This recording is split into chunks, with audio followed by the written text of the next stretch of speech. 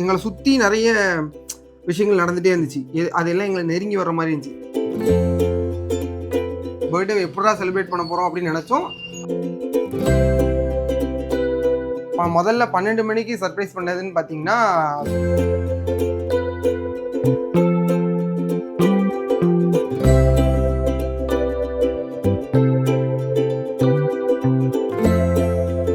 நான் உண்மையிலே சொல்கிறேன், ஃபினான்ஷியலி ஸ்ட்ரக்குங்க. ஏதோ பண்ணுதுன்னு சொல்லிட்டு இவங்ககிட்ட அழுதுட்டு இருந்தேன். ஐயோ பிறந்தநாள் அதுமா பிள்ளை அழுதேன்னு சொல்லிட்டு இவங்களும் அழுதுட்டாங்க. அப்புறம் பாப்பாவை நாங்கள் பார்த்தோம். அது எப்படி உள்ள இருக்கிற பாப்பா என்ன பண்ணாலும் சரி, அவ ஆக்சிடென்ட் மீட்டிங் ஏன்ப்பா உன்னாலதான் பார்த்து அப்படின்னாலே எங்க அம்மா கேக்குறாங்களா? கேட்டு நீங்க பண்ணாம இருக்கீங்களா? நான் ரொம்ப நாளா கேட்டேன். அவங்களுக்கு தான் நாங்களும் பேச்சுவார்த்தை ஆகி அது கை கலப்பா மாதிரி பெரிய பிரச்சனை ஆயிடுச்சு. மேலே பாருன்னு சொன்னதுக்கு அப்புறம் சுதாகரி மேலே பாரு மாப்ள. தனா குடும்பத்துடன் சண்டையிட்ட மணி.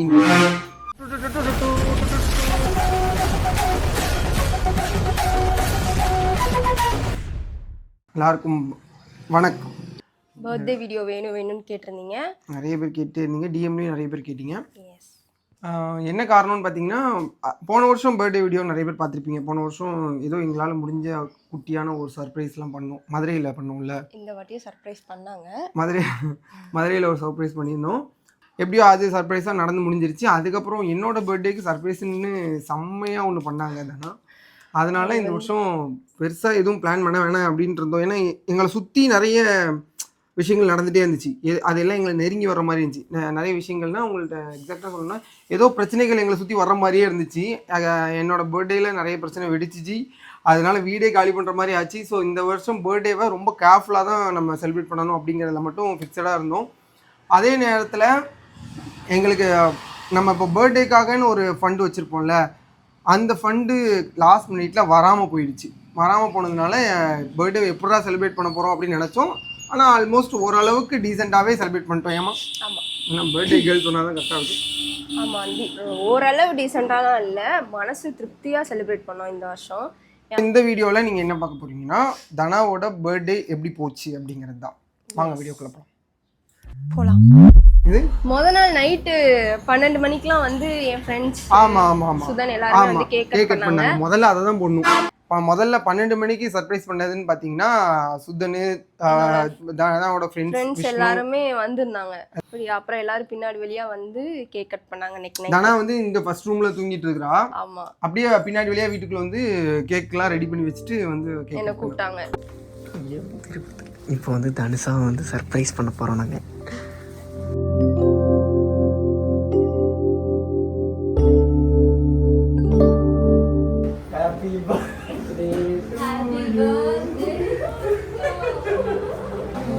வந்ததே பெரிய விஷயம். இங்க வந்ததே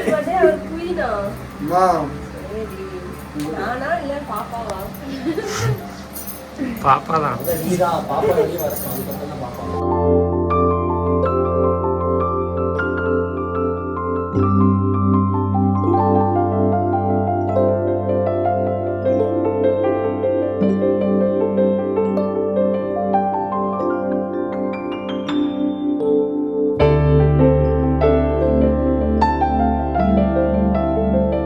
அது ஒரு மாதிரி நல்லா இருந்துச்சு. 12 மணிக்கெல்லாம் கேக்ல வேற என்னது அவர் குயின் எழுதிருந்தாங்க. அது எனக்கு இல்ல, பாப்பா கண்டி எழுதிருக்காங்கன்னு நினைக்கிறேன். உனக்காக தான் எழுத சொன்னதுனால தானே. ஓஹோ. ஸோ அதான் ஃபர்ஸ்ட் கேக்கு. அப்புறம் உங்க ஆசிரமத்தில் ஒரு கேக்கு. மொத்தத்தில் 2 கேக்லேயே முடிஞ்சிருச்சு. எனக்கெல்லாம் 4 கேக் வெட்டினா தானா.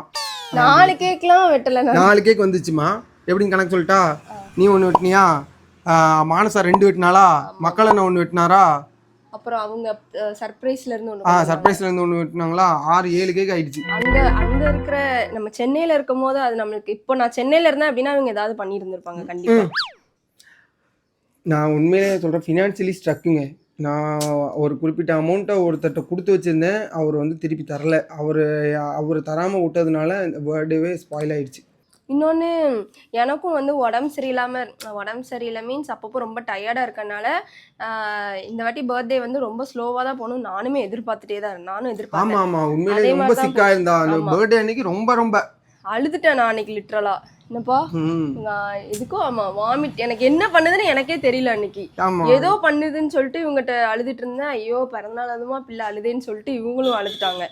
எனக்கு என்ன பண்ணு சம்டைம்ஸ் எனக்கு என்ன பண்ணுதுன்றதை எனக்கே சொல்ல முடிய மாட்டேங்குது. அந்த அளவுக்கு ஏதோ சம்திங் ரியாக்ட் ஆகுது. அதெல்லாம் அந்த பாப்பாவால தான் நினைக்கிறேன். அப்புறம் பாப்பாவை நாங்கள் வந்து பார்த்தோம் ஒரு ஸ்கேனில். அதெல்லாம் பற்றி டீட்டெயிலாக இன்னொரு vlogல போடுவியாமா? போடுவேன். என்டி ஸ்கேன் vlog வந்து தனுஷா சேனல்ல வரும்.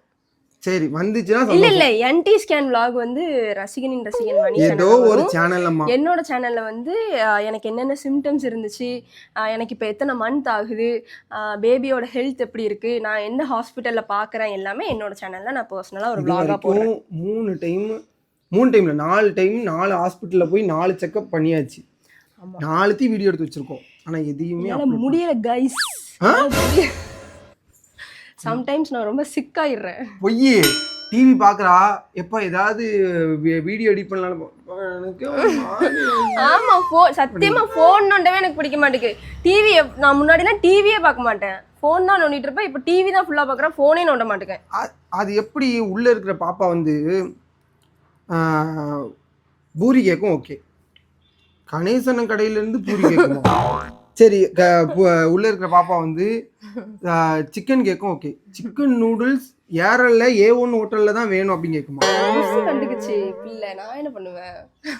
ருசியா கேக்குதுங்க கைஸ். இன்னும் வெளியில வந்ததுக்கு அப்புறம் பிள்ளைய சாக்கா வச்சு பிள்ளை என்ன சொல்லுதுன்னு அம்மாக்கு மட்டும் தான் தெரியும் சொல்லி என்ன சொல்லுவேன், எல்லாம் சொல்லுவேன். எல்லாரும் சொல்றாங்க இவ வந்து அந்த பிரெக்னன்சி வார்டு கூட்டு போகும்போது ஒண்ணு பண்ணுவா, அதை பார்க்க முடியாது எங்களாலும் சொல்லிட்டு இருக்காங்க. வேற என்ன பண்ணாலும் சரி அவ வந்து ஆக்சிடென்ட் மீட்டிங் ஏன்பா உன்னாலதான் பார்த்து அப்படின்னாலே எங்க அம்மா ஏழை சும்மா இருக்க மாட்டியால அப்படி எங்க அம்மா சப்போர்ட் வந்துருவாங்க. இப்போ வந்து எங்க மாமியார் என் பக்கம், எப்பவுமே அவங்க என் பக்கம் தான். என் மாமியார் என் பக்கம் தானே. நான் எப்படி நம்ம காலையில் நினச்சோடனே அம்மா பீட்ரூட் ஜூஸ் இல்லைன்னா இந்த மாதிரி ஏதாவது ஒரு ஹெல்த்தியான ஃபுட் கொடுப்பாங்க. மேடம் என்ன பண்ணுவாங்கன்னா கல்லில ஊத்திட்டு வந்துருவாங்க. இல்ல நான் எப்பவுமே ஊத்த மாட்டேன். எப்பவாச்சு நான் என்ன பண்றது, வேற வழி இல்ல. அவங்க அம்மா கால் பண்ணி இங்க பாருங்கம்மா இந்த மாதிரி சாப்பிட மாட்டேங்கிறாமா. நீங்களே சொல்லுங்க, முந்தா நாள் வச்ச சிக்கன் முந்தா நாள்லாம் இல்லைண்ணா, நேத்து நைட்டு. அது நான் வந்து அதான் நேத்து நைட்டு வச்சுதான் இன்னைக்கு சாப்பிட்றேன். அதான் நான் நேத்து தானே சாப்பிட்டேன், அதனால முந்தா நாள்னு அதை சூடு பண்ணி சாப்பிட்டுட்டு இருக்கிறாங்க. ஹெல்த்தியா இல்லையா?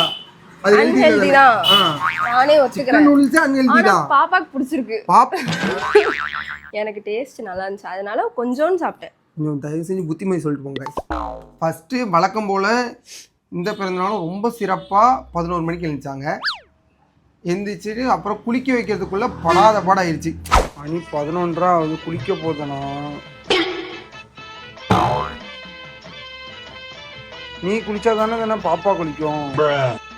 மற்றதுக்கெல்லாம் சொல்ற பாப்பான்னு குளிக்க போவ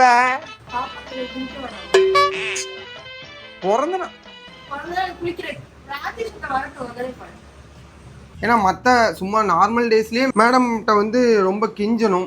அதுவும் இப்போ வேற வயிற்றுல பிள்ளைய வேற வச்சிருக்காங்களா, அதனால அவங்க வைக்கிறதா சட்டம். இப்போ எல்லாம் சொல்லுவாங்க பிரெக்னெண்டா இருக்கும்போது 2 தடவை குளிக்கணும் 3 தடவை குளிக்கணும்னு சொல்லுவாங்க. அப்படி சொல்லட்டும், சொல்லியாவது நீ குளிப்பாங்க 2 நேரம் 3 நேரம் குளிக்கிறதுலாம் இருக்கு. ஆனா சொல்ற டைம் குளிக்க மாட்டாங்க. எனக்கு இன்னொரு கிஃப்ட் என்ன தெரியுமா? இன்னைக்கு ஃபுல்லா நீ என்ன சொன்னாலும் நான் கேட்க போறேன்.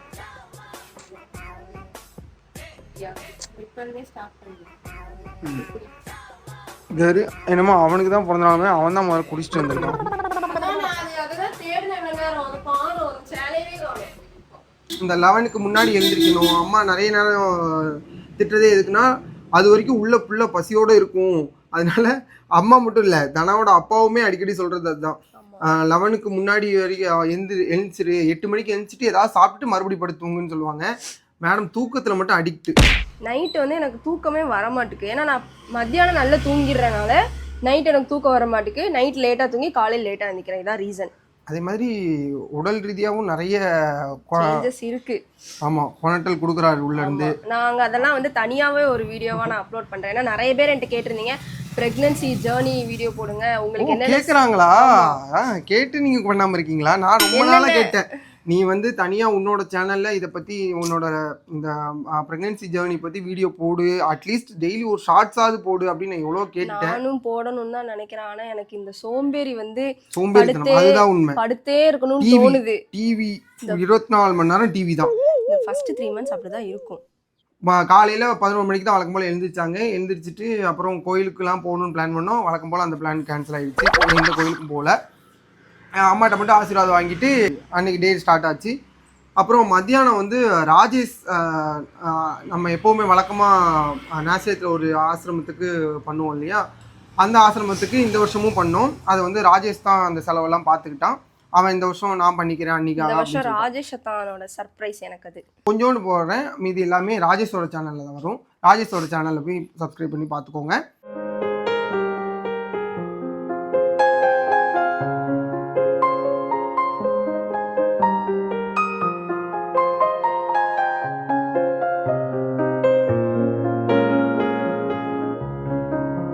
அதுக்கு முன்னாடி ஒரு சம்பவம் ஆயிடுச்சு. முதல்ல நான் என்ன பிளான் பண்ணேன்னா, நான் ஒரு ஸ்க்ரீன்ஷாட் போடுறேன். எனக்கு என்ன ஒரு ஆசையாக இருந்துச்சுன்னா, இவளுக்கு வந்து இது 21st பர்த்டே. ஸோ 21 சர்ப்ரைஸ் பண்ணணும் அப்படின்னு ஒரு ஆசை இருந்துச்சு. அதுக்காக நான் நோட்ஸ்லாம் போட்டு எழுதி வச்சுருந்தேன், இத்தனை சர்ப்ரைஸ் பண்ணணும் அப்படின்னு. காமிச்சாங்க. ஆமாம், அதில் ஒரு ரொம்ப முக்கியமாக நான் வந்து இது பண்ண ஃபெயிலியர் ஆகிடுச்சு. அதனால் இதை சொல்லிடுறேன். ரொம்ப முக்கியமான சர்ப்ரைஸாக அதில் வச்சுருந்தது, தனாவோட அப்பா அம்மாவுக்கு தனா கையாலேருந்து ஏதாவது ஒன்று பண்ணணும் அப்படின்றது. ஏன்னா நிறைய வீட்டில் வந்து பொண்ணுங்க கல்யாணத்துக்கு அப்புறம் வந்து பொண்ணுங்களுக்கு அப்பா அம்மாவுக்கு ஏதாவது ஒன்று பண்ணணும்னு தோணும், அது நடக்காமே போயிடும். ஸோ இது நம்ம பண்ணோம்னா ஒரு நல்ல இனிஷியேட்டிவாக இருக்கும், நம்மளை பார்க்குற யாராச்சும் இதை ஃபாலோ பண்ணாங்கன்னா நல்லாயிருக்கும் அப்படின்னு நினச்சிட்டு அதை தான் ப்ரைமரியாக வச்சுருந்தேன். ஆனால் என்னோட ஹார்ட் லக் அப்பா அம்மாவால் வர முடியல. நான் ரொம்ப எதிர்பார்த்தேன் வருவாங்கன்னு. இல்லை என்னன்னா என்னோட பர்த்டே வந்து வெனஸ்டே வந்துருச்சுன்னு நினைக்கிறேன். வெனஸ்டே என் பர்த்டே. சண்டே இருந்துச்சு அப்படின்னா கண்டிப்பாக வந்திருப்பாங்க. ஒர்க் இருந்தனால அவங்களால வர முடியல. ஆனால் அவங்க வருவாங்கன்னு ரொம்ப எதிர்பார்த்தோம். ஆசிரமத்துக்கு வருவாங்க. இங்கே அப்படி வரும்போது தனா கையால் ஏதாவது ஒன்று செய்வோம் பண்ணுவோம் அப்படின்னு நினச்சேன். அதே மாதிரி அது ஃபெயிலியர் ஆகிடுச்சு. இதே மாதிரி நிறைய ஒரு 21 கிஃப்ட்டு பண்ணணும் அப்படின்னு நான் பிளான் பண்ணியிருந்தேன். ஆனால் கடைசி நேரத்தில் நான் எதிர்பார்த்த அமௌண்ட்டும் வரல. ஒருத்தர்கிட்ட நான் அமௌண்ட்டை கொடுத்துட்டேன். அந்த அமௌண்ட் ரிட்டர்ன் வரும்னு பார்த்தா அவங்க 10,000 பிச்சு அனுப்புனாங்க. மொத்தமே 20,000 தான் வந்துச்சு. இன்னும் 30,000 வரவே இல்லை, இன்றைக்கி வரைக்கும் வரல. அதை பற்றி நான் இன்னொரு வீடியோவில் தெளிவாக சொல்கிறேன். இன்னொன்று என்ன பிளான் பண்ணேன்னா, தனாவுக்கு இங்கே இன்றைக்கி இப்போது சம்மர் சீசன்றதுனால சுத்தமாக இருக்க முடியல. அதனால் ஏசி வாங்கலான்னு ஒரு பிளான் இருந்துச்சு. ஏசி போய் புக் பண்ணிட்டு வந்துடலாம் இமெயிலியாச்சு அப்படின்னு ஒரு பிளான் இருந்துச்சு. ஸோ ஏசி வாங்குறதுக்காக ஏரலுக்கு போனோம். அங்கே ஒரு 7,500. அங்கே ஒருத்தர் வந்து தேவையில்லாமல் ஒரு 7,500, என் பர்த்டேக்கு ஒரு 7,500. அதான் அதனால தான் நான் நினச்சேன், ஏதோ ஒன்று நம்மளை சுற்றி வந்துட்டே இருக்குதுன்ற மாதிரி இருந்துச்சு. இதெல்லாம் நாங்கள் எந்த பிரச்சனைக்குமே போகலை. நாங்கள் பாட்டுக்கு போனோம், ஏசி புக் பண்ணிவிட்டு அப்படியே வெளியில் வரும்போது பைக்கில் ஃபுல் போதையில் வந்து ஒருத்தன் வம்பிழுத்துட்டு போகிறான்.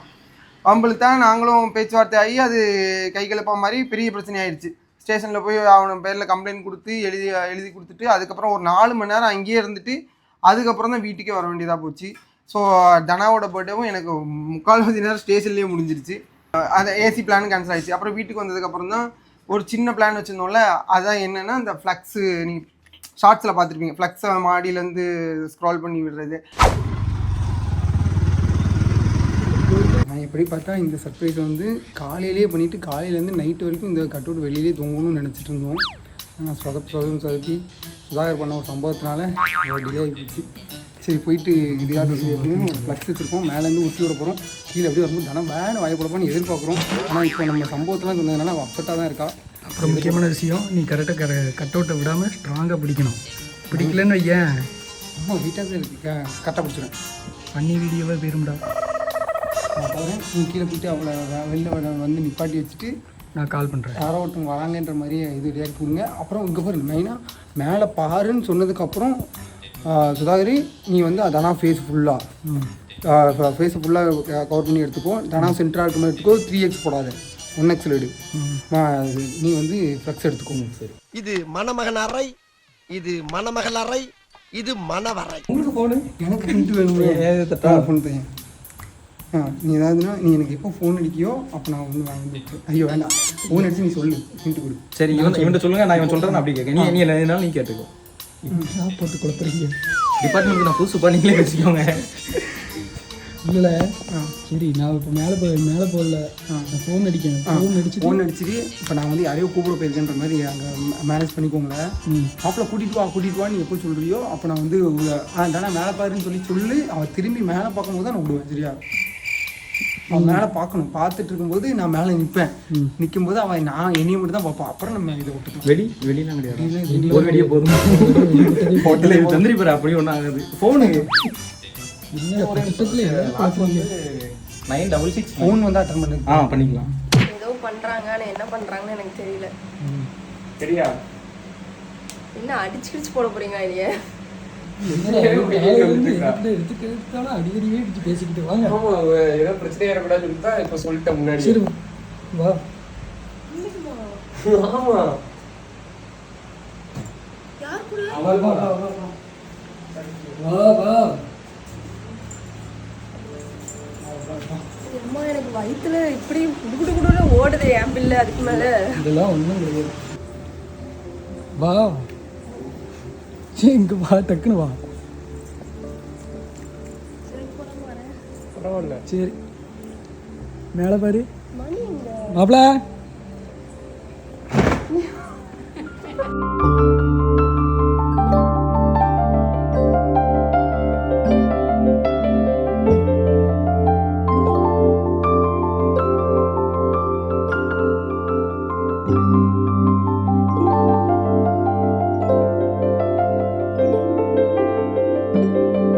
கீழே வாங்க.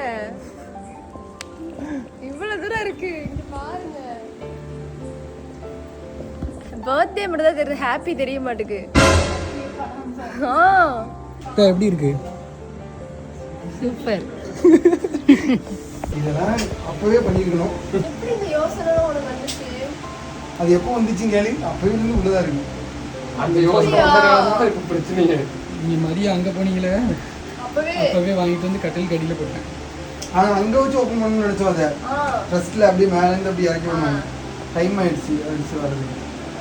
ரொம்ப சர்ப்ரைஸ் ஆயிடுச்சு. யாருக்கு எந்த டிஸ்டர்பன்ஸும் இல்லாமல் வீடு காலி பண்ணி வைக்காம வெடிலாம் போடாமல்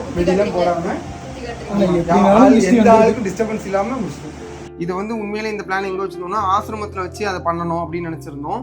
அதுக்கு முன்னாடி இருந்தால் கேக் கட் பண்ணணும்லாம் நினச்சிருந்தோம். ஆனால் ஃப்ளக்ஸ் வரது கொஞ்சம் லேட் ஆகிடுச்சு. நாங்களுமே லேட்டாக தான் ஆர்டர் கொடுத்தோன்றதுனால லேட் ஆகிடுச்சு. அதனால நைட்டு தான் மாடியிலேருந்து அப்படி ஃப்ளக்ஸ் போடுற மாதிரி ஆயிடுச்சு. எப்படியோ அந்த சர்ப்ரைஸும் யாருக்கும் எந்த டிஸ்டர்பன்ஸும் இல்லாமல் நடந்து முடிஞ்சிச்சு. ஏன்னா அதுக்கும் ஏதாச்சும் நைட்டில் வந்து நீ எப்படி எல்லாரையும் டிஸ்டர்ப் பண்ணுவா அப்படின்லாம் ஏதாவது பிரச்சனை வராமல் நாங்கள் வந்து ஒரு 11 மணிக்கு மேலே யாருமே இல்லாமல் ரோட்டில் தனாவை மட்டும் வச்சு அப்படியே இறக்கி விட்டு, ஏன்னா நமக்கு தனாவோட ரியாக்ஷன் தான் முக்கியம், அவள் அதை பார்த்து எக்ஸைட் ஆகிறான்னு தான் முக்கியம். அப்படியே வச்சு முடிச்சிட்டோம். ஸோ அந்த மாதிரி பெரிய பிரச்சனைகள் வந்தாலுமே ஓரளவு சுமூகமாக முடிஞ்சிருச்சு. பர்த்டே வந்து சிறப்பாகவே நடந்து முடிஞ்சிருச்சு. இன்னும் இப்போ நான் என்ன யோசிச்சிருக்கேன்னா, சரி பர்த்டே அன்னைக்கு தான் அந்த சர்ப்ரைஸ்லாம் பண்ணணும்னு அவசியம் இல்லைல்ல. ஸோ இதுக்கப்புறம் இந்த வருஷம் ஃபுல்லாக என்றைக்கு நமக்கு டைம் கிடைக்குதோ அப்போல்லாம் நம்ம நினச்ச சர்ப்ரைஸ் எல்லாத்தையும் பண்ணிடலாம் அப்படின்னு சொல்லிட்டு ஒரு பிளானில் இருக்கேன். அதனால எனக்கு பர்த்டே முடிஞ்சிருச்சு, அதனால் எதுவும் பண்ண முடியலையேன்ற வருத்தம் இல்லை.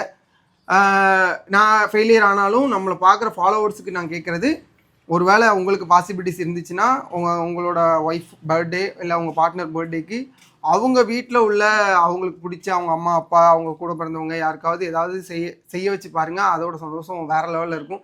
எனக்கு தான் அந்த சந்தோஷத்தை அனுபவிக்க கொடுக்கணும் இல்லாமல் போச்சு. நார்மல் டேஸ் எங்க சாட்டர்டே சண்டே என்ன டேவா வேணா இருக்கட்டும், மண்டே டியூஸ்டே என்ன டேவா இருக்கட்டும், அது வந்து நம்ம பொண்ணோட பர்த்டே அவ்வளோதான். அது சாட்டர்டே சண்டேலாம் அப்புறம் தான் இதெல்லாம் சமாளிப்பு. அது எனக்கு ஃபெயிலியர் ஆனது உண்மையிலேயே ரொம்ப வருத்தம் தான். இது வந்து தனா பேரண்ட்ஸ் கவனத்திற்காக சொல்கிறேன். அண்ட் சுதனும் வரல. சரி அப்பா அம்மா வேலை இருக்குது, ஓகே. சுதனும் வரல. சுதன் வந்து சுத்த போயிட்டான். தம்ப்நெயில்ல வந்து தனா குடும்பத்துடன் சண்டையிட்ட மணி. எல்லாருக்கும் ரொம்ப நன்றி. அடுத்து இன்னொரு நல்ல vlogல சந்திக்கிறோம். இன்னொரு நல்ல vlogலயே நாங்க உங்களை பார்க்குறோம். ஏன்னா அடுத்த vlog வந்து பாப்பா vlog. என்றும் ரசிகர்களின் ரசிகையாக. பை.